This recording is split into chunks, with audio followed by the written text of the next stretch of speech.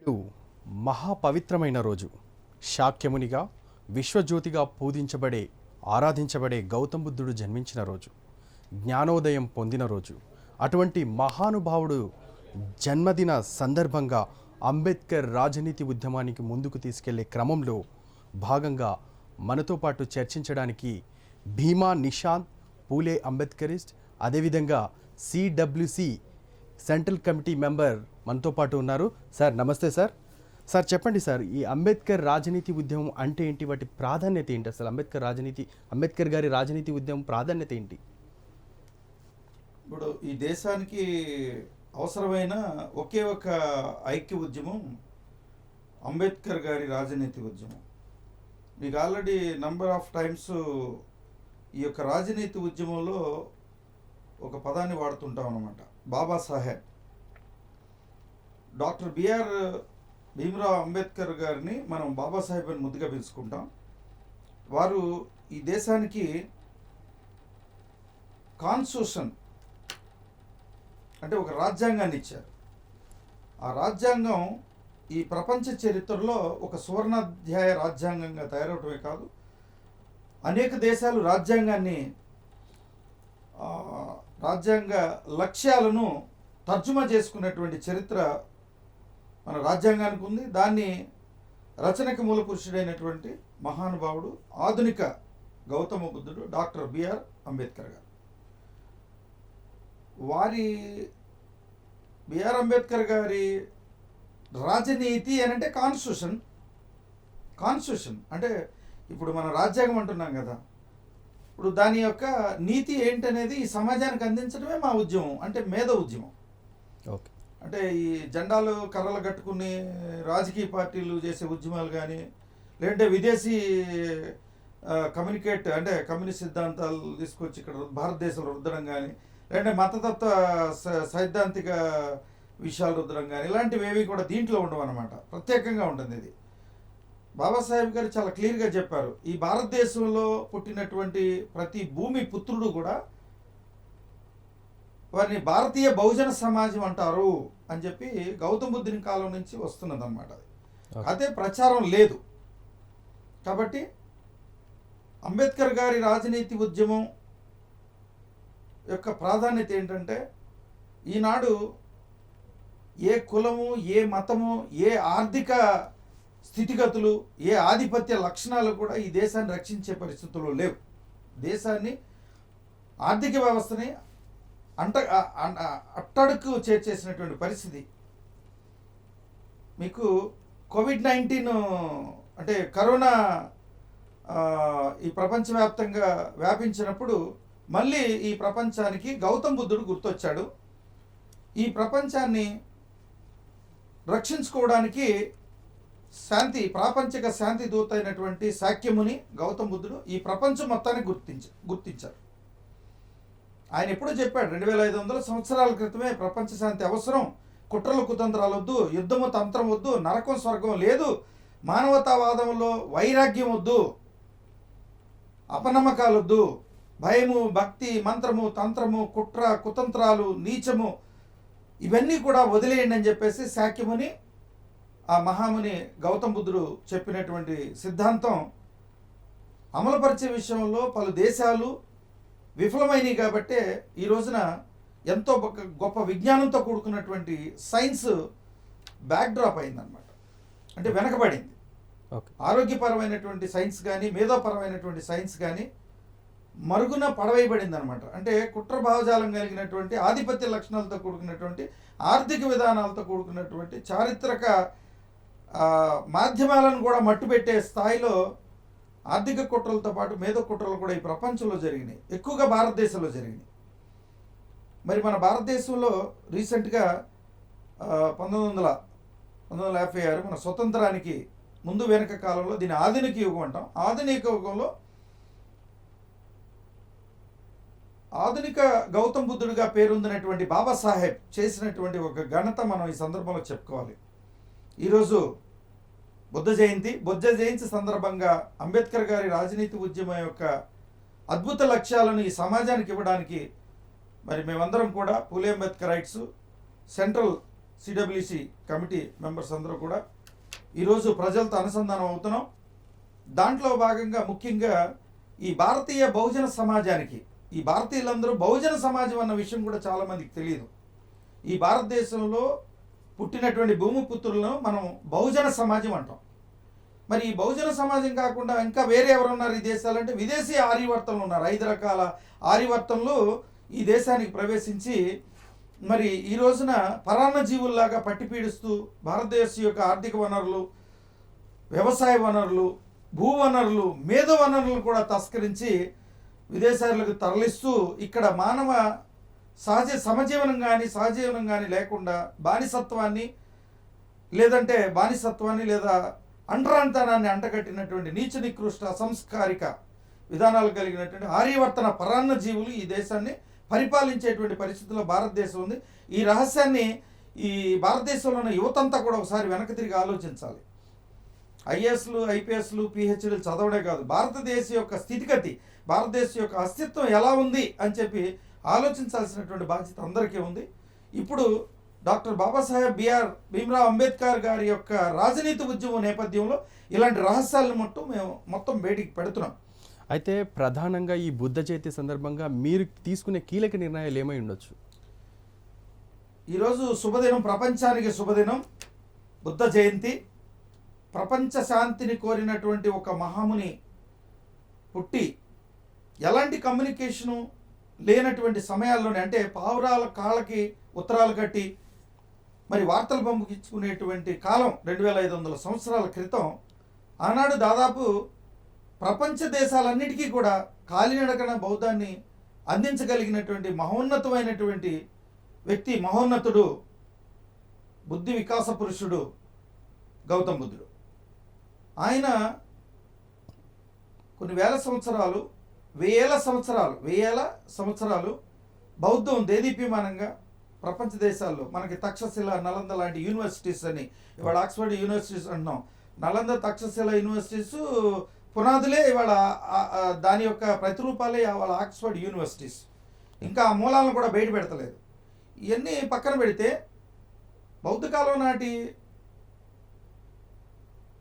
ప్రపంచ స్థాయిలో వెలుగొందుతూ ప్రపంచాన్ని మొత్తం ఏకం చేస్తున్నటువంటి బౌద్ధాన్ని అంతం చేయడం కోసం మరి అశోకుని కాలం, అంటే చివరి కాలంలో, అశోకుని పరిపాలన చివరి కాలంలో అశోకుని ముదిమనవడు, 3వ భార్య పుత్రుడు బృహద్రథుడు మరణం ఒక అద్భుతమైనటువంటి చారిత్రక అంశం. ఈరోజు వరకు ఏ చరిత్ర పుటల్లో కూడా ఎవరు చెప్పట్లా.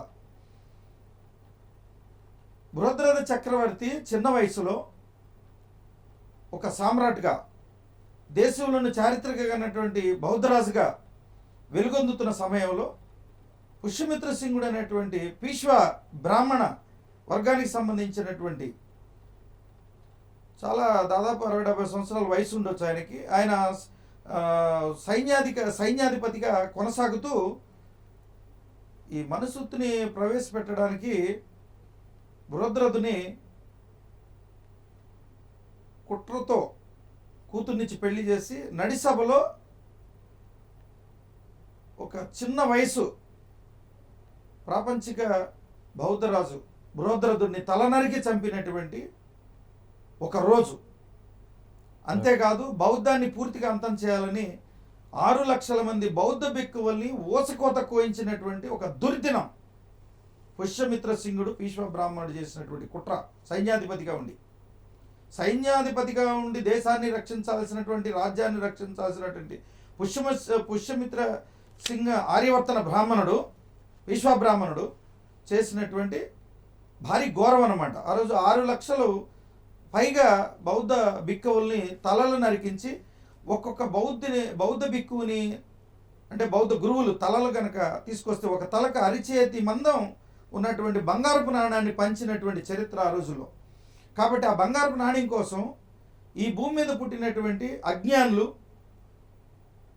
బౌద్ధ భిక్కువుల యొక్క విలువ తెలియకుండా తలల నరికి తీసుకొచ్చి బంగారపు నాణ్యాలు తీసుకెళ్ళినటువంటి రోజులు అనమాట. ఆ ప్రక్రియ తర్వాత మనుస్మృతిని, ఒక చేతిలో కత్తి ఒక చేతిలో మనుస్మృతి ప్రకటించి పుష్యమిత్ర సింగుడు మనుస్మృతిని అమల్లోకి తీసుకొచ్చారు. అక్కడి నుంచి ప్రారంభమైంది మన భారతదేశానికి ఒక భారీ దుర్దినం, ఒక భారీ బానిసత్వం. అంచెలంచెలుగా బౌద్ధం అంతరించుకుంటూ వచ్చిందనమాట. ఇప్పటి వరకు ఈ దాదాపు 1500 సంవత్సరాల నుంచి జరిగినటువంటి ఘోరం ఏంటంటే, అదంటే అది కావాలనే చేశారా అప్పుడున్న సమాజం? ప్లాన్ అండి. అది చాలా ప్లాన్డ్గా జరిగింది. అది అంటే బుద్ధుడు ఎవరికి హాని చేయలేదు, ఏ రకంగా కూడా హాని చేయలేదు, కావాలని ఎందుకు చేస్తుంటారు అప్పుడున్న సమాజం? అంటే బుద్ధుని కాలానికి తర్వాత 1000 సంవత్సరాల తర్వాత జరిగింది ఇది. ఈ ఇన్సిడెంట్ 1000 సంవత్సరాలు బౌద్ధిజం విలసిల్లుతుండే టైంలో, బాగా ప్రపంచం అంతా విలసిల్లే టైంలో ఘోర విపత్తు జరిగింది, బృహద్రథ మరణం. Okay okay. అది పుష్పమిత్ర సింగుడు అనే పీష్వా బ్రాహ్మణుడు చేసినటువంటి భారీ కుట్రలో ఒక భాగం. అంతేకాదు బౌద్ధం ఉండకూడదని చెప్పి 6 లక్షల మంది బౌద్ధ భిక్షువుల్ని తలలు నరికించారు. ఓకే. ఒక్కొక్క తలకి బంగారు నాణ్యాన్ని ఇచ్చారు. ఎవరైతే తలలు తీసారో వాళ్ళకి అజ్ఞానులు ఉన్నారు కదా, ఈ భారతదేశంలో చదువు సంధ్య లేనటువంటి అజ్ఞానులు, బానిసలు లేరా? మన దేశ పుత్రులు బానిసలు ఎంతమంది ఉన్నారు కదా, వాళ్ళకి బంగారం అంటే వెరి కాబట్టి బంగారం నాణ్యం కోసం మన బౌద్ధ భిక్కుని తలలు తీసుకొచ్చి అక్కడ కుప్పేసిన సందర్భాలు అనమాట. ఆ తర్వాత మనుస్మృతిని అనౌన్స్ చేశారు. అప్పుడు జరిగినటువంటి 1000 సంవత్సరాల క్రితం జరిగినటువంటి ఇన్సిడెంట్ని బాబాసాహెబ్ గారు ఆయన చాలా తీక్షణంగా టార్గెట్ చేసి, మరి రాజ్యాంగ ప్రామాణికాలు జరుగుతున్నటువంటి రోజులు చివరి దశలో రాజ్యాంగాన్ని సమర్పించిన తర్వాత భారతదేశానికి తన బాధ్యతని నెరవేర్చి ఇక అవసాన దశలో ఏం చేయాలనేటువంటి దాని మీద ఎంతోమంది మిషనరీస్ వచ్చి క్రిస్టియానిటీలో చేయమన్నామన్నారు. ఎంతమంది ఇస్లామిక్ సంస్థలు వచ్చి మా ఇస్లామిక్ సంస్థలో వైజ్ఞానికుడిగా కాల వైజ్ఞానికుడిగా రమ్మన్నాడు. కలియుగ కాల వైజ్ఞానికుడిగా ఆహ్వానించారు. అలాగే హిందుత్వ సంస్థలు కూడా ఆహ్వానించడం జరిగింది. కానీ ఈ మత విచక్షణ, ఈ ఘోర మత విపత్తు యొక్క అంతరంగికటువంటి కుట్రలు కూడా గమనించినటువంటి బాబాసాహెబ్ గారు తెలివిగా ఆయన ఏం చేశారంటే, ఈ ప్రపంచాన్ని శాంతి కపతం ఎగిరవేయగలిగేది, శాంతిని ప్రశంసించి మానవ జీవనానికి సమజీవనాన్ని ఇవ్వగలిగేది ఒక బౌద్ధం మాత్రమే అనేటువంటి విషయాన్ని ఆయన గుర్తించినటువంటి మేధోజ్ఞాని ఆధునిక గౌతమ బుద్ధుడు బాబాసాహెబ్ అంబేద్కర్ గారు. ఆయన ఏం చేశారంటే చివరి దశలో 1956 ఆయన పిలుపులు ఇచ్చారు, భారతీయులారా బౌద్ధం వైపు మరలండి. కాబట్టి ఆయన దాదాపు 6 లక్షల మంది సభ్యుల్ని ఒకే రోజు భారతదేశం యొక్క భూమిపుత్రుల్ని బౌద్ధంలోకి చేర్చగలిగారు. ఇది ప్రపంచ వార్తగా తయారైంది. ప్రపంచ దేశాలన్నీ కూడా ఆశ్చర్యపోయినాయి. ఆనాడు 6 లక్షల మంది బౌద్ధులుగా మార్చినటువంటి సందర్భం మనకి దీక్షభూమిలో నాగ్లోక్ దీక్షభూమిలో జరిగింది ఈ ఉదంతం. ఇప్పటికీ కూడా దీక్షభూమికి ఒక పవిత్రత ఉంది, ప్రపంచం అంతా కూడా తెలుసు. మరి ఎప్పుడో పుష్యమిత్ర సింగుడు చేసినటువంటి ఘోర విపత్తుకు కౌంటర్ ఫైలు 1956లో బాబాసాహెబ్ గారు 6 లక్షల మందిని బహుజన సమాజాన్ని బౌద్ధంలోకి మార్చగలిగారు. అంటే ఆయన ఎంత దూరదృష్టితో ఉన్నారు.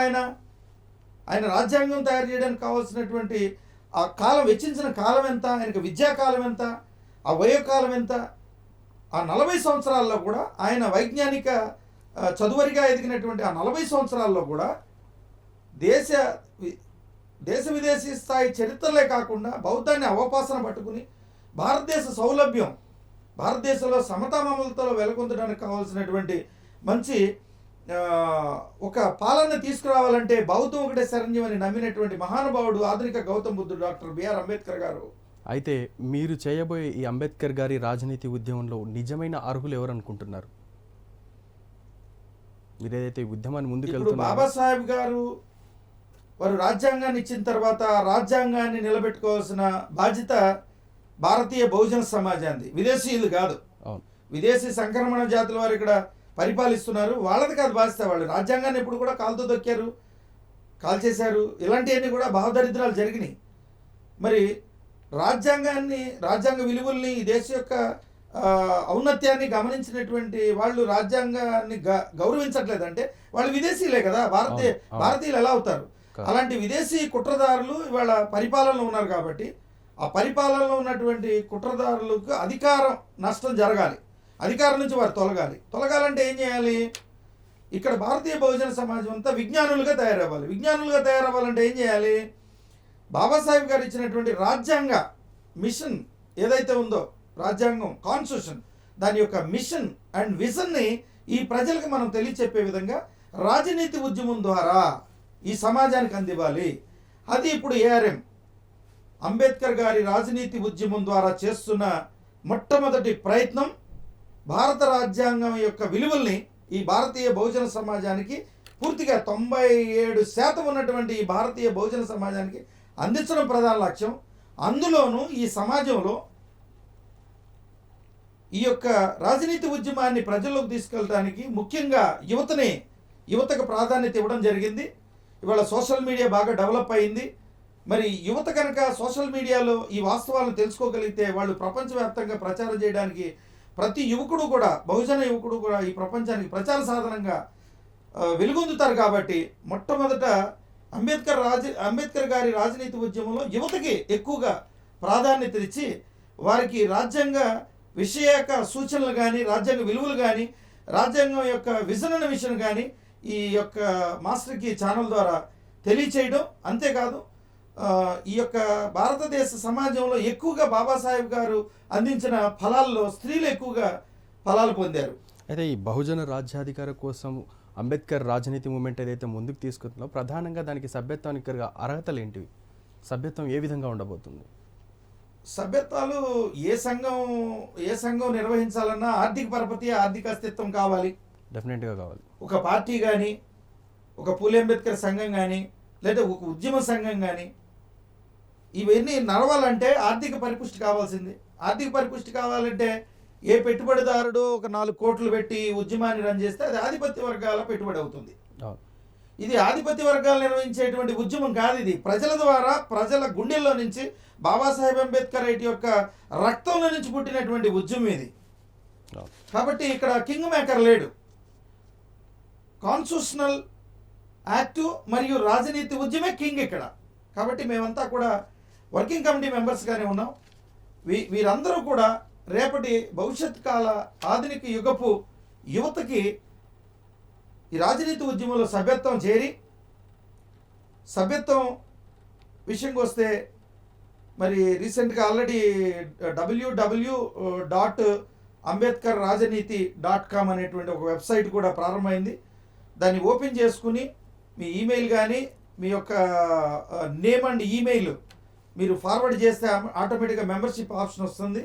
దాంట్లో జస్ట్ ఈ అంబేద్కర్ ఉద్యమాన్ని జీవితకాలం రన్ చేయడం కోసం ప్రతి భారతీయ బహుజనుడు కూడా ఒక 100 రూపాయలు మనం నెలకు 10,000 20,000 సంపాదిస్తుంటాం.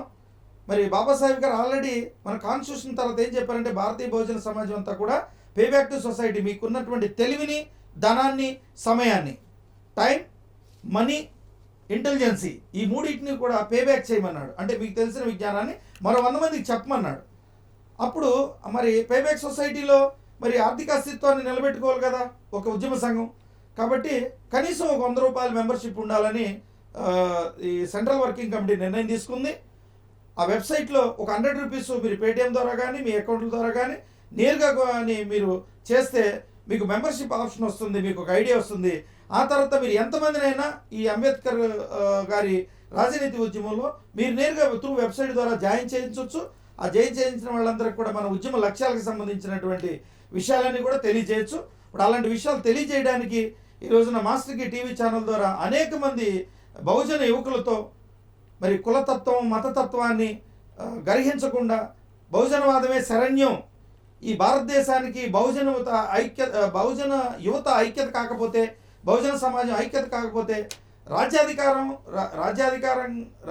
కాదండి, రాజకీయ అధికారం రాదు అని నిర్ధారించుకున్నారు. కాబట్టి రాజకీయ అధికారం కోసం బహుజన ఐక్య ఉద్యమం, దేశవ్యాప్తంగా ఒకే ఉద్యమం, ఒకే ఆలోచన, ఒకే సిద్ధాంతం జరుగుతున్న మొట్టమొదటి ఉద్యమం బాబాసాహెబ్ డాక్టర్ బిఆర్ అంబేద్కర్ గారి రాజనీతి ఉద్యమం. ఈ రాజనీతి ఉద్యమంలో అందరూ కూడా సభ్యత్వమయ్యి ఆర్థిక స్థితిని కల్పిస్తూ ఈ యొక్క సభ్యత్వాలు నిడివి కూడా ఎవరిష్టం వచ్చినప్పుడు ఏ సభ్యులైనా సరే జాయిన్ అవ్వచ్చు.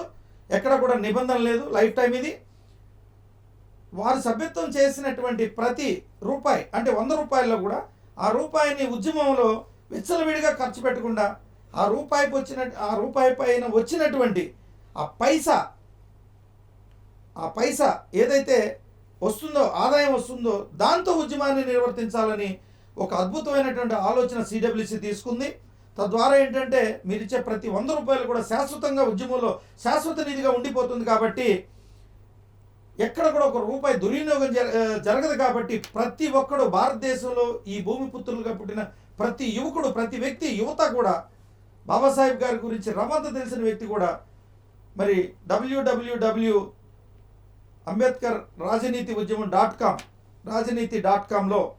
మీరు సభ్యత్వాలు అయ్యి ఈ యొక్క రాజనీతి ఉద్యమానికి మద్దతు తెలియచేయాలని ఈ భారతీయ బహుజన సమాజానికి మరి పూలే అంబేద్కర్ రైట్స్గా సెంట్రల్ కమిటీ వర్కింగ్ కమిటీ మెంబర్స్గా అందరం కూడా బాబాసాహెబ్ గారి అభిమానులు అందరం కూడా పిలుపునిస్తున్నాం.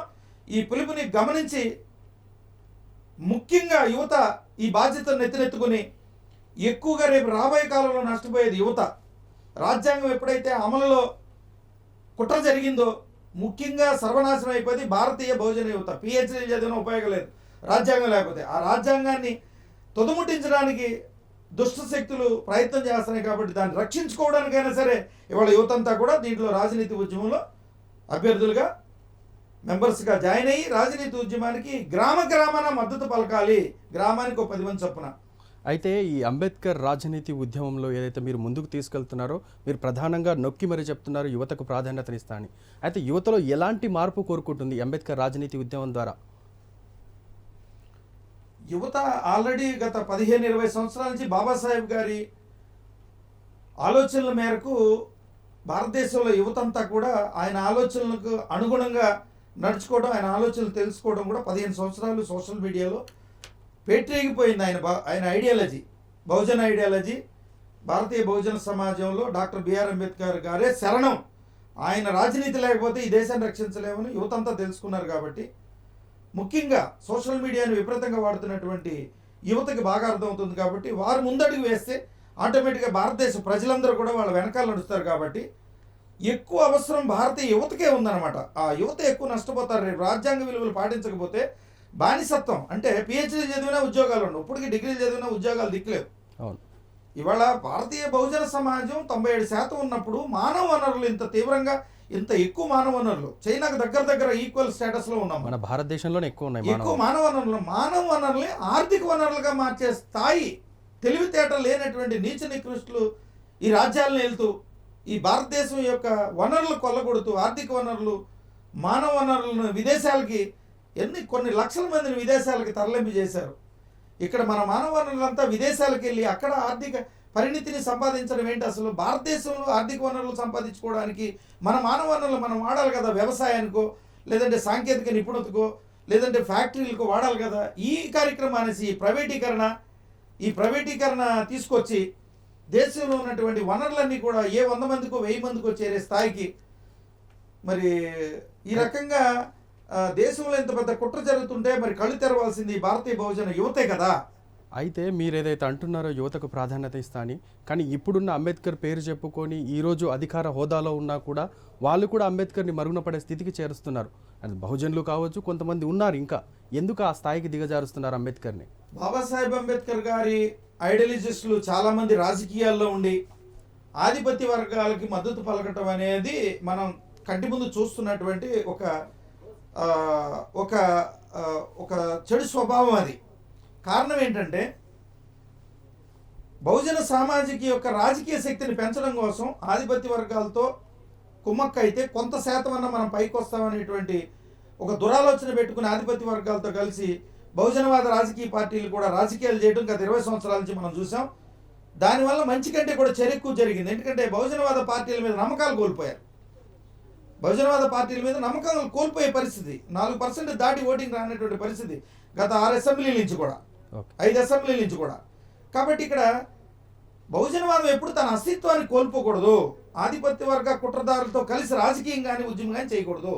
ఆధిపత్య వర్గాలు సృష్టించినటువంటి కుట్ర రాజకీయ ఉద్యమాల్లో పాల్గొనకూడదు. ఇలాంటి విషయాలన్నీ కూడా మన రాజనీతి ఉద్యమం ద్వారా మనం తెలియజేస్తున్నాం. ఇంకా అనేక విషయాంశాలు కూడా ఈ మాస్టర్కి ఛానల్ ద్వారా. ఫైనల్గా కంక్లూడ్ చేసే ముందు బుద్ధ జయంతి అంటే స్పెషల్గా ఏం చేద్దాం అనుకుంటుంది అంబేద్కర్ రాజనీతి ఉద్యమం? బుద్ధ జయంతి అంటే వాళ్ళ ప్రపంచానికి మంచి రోజు అండి. కరోనా వచ్చి కొన్ని లక్షల మంది చనిపోతున్నటువంటి ఈ రోజుల్లో ప్రపంచం అంతా కూడా గౌతమ్ బుద్ధుని, బోధిధర్ముని, గౌతమ్ బుద్ధుడిని తలుసుకుని ఈరోజు ఇమ్యూనిటీ పెంచుకోవాలి, వ్యాధి నిరోధక శక్తిని పెంచుకోవాలి, డిఎన్ఏలో పెర్ఫార్మెన్స్ పెంచుకోవాలని మళ్ళీ ఆ గౌతమ బుద్ధుడి యొక్క శాంతి లక్ష్యాలు, బోధిధర్ముడి యొక్క ఆయుర్వైద్య లక్ష్యాలు, ఆయుర్వేదం కాదండి, ఆయుర్వైద్యం అనండి. ఓకే.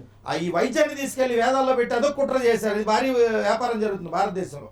సో ఆయుర్వైద్యం, ప్రపంచ శాంతి, అటు గౌతమ బుద్ధుడు ఇటు బోధిధర్ముడు ఇద్దరు యొక్క లక్ష్యాలతో కూడుకున్నటువంటి ఆశయ సిద్ధాంతాలను గుర్తు తెచ్చుకునే రోజులు ఈ ప్రపంచానికి ఏర్పడింది. మరి ఈ మధ్యకాలంలో ప్రపంచ దేశాలని ఆ పాలసీ పాలంటే ఈ రోజున కరోనా వచ్చేది కాదు. చైనాలో ఒక బయోవార్ చేయాలి, ఒక క్రిమిని పుట్టించి ఈ సమాజాన్ని చంపాలనే కుట్ర ఎవరికి వస్తుంది? అంత పెద్ద సైంటిస్టులకు వచ్చిందంటే కారణం ఏంటి?